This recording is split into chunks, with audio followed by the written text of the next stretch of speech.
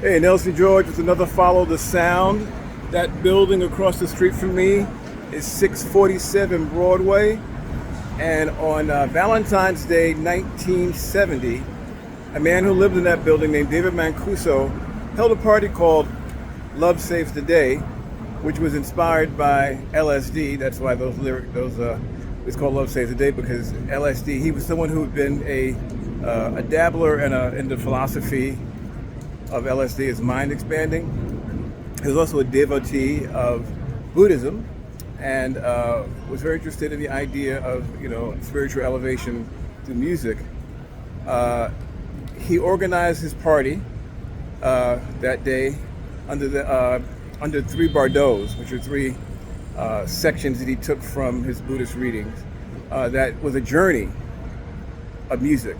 So that party that Dave Mancuso held over there across the street from me is cited by so many people as kind of one of the beginnings of dance music culture as we know it, disco, leading the disco culture.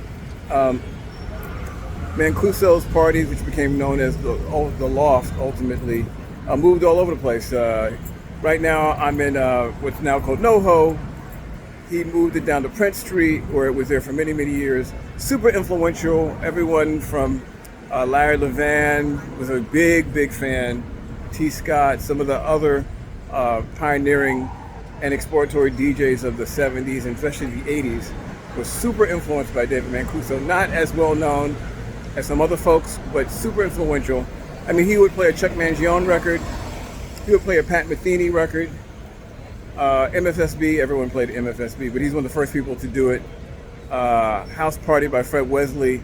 A very eclectic sound. It wasn't about mixing. He wasn't a mixing DJ.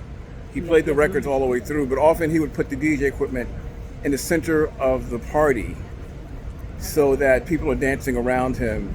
He was more interested in, in experiential, spiritual elevation. And also it was a party that was not at all dictated by velvet ropes. It was always open to black folks, white folks, gay people, Latinos. And so right here in this very humble brownstone, right here, in fact, the funny thing for me is that I'm across at 648 Broadway. I had an office across from the Loft or from Mancuso's spot for years and never knew I was directly across the street from this seminal party. Please look up David Mancuso. He's an integral part of dance music culture. The records he played, the vibe he created, live on from 1970 to this day. Nelson George with Follow the Sound. More stories to come.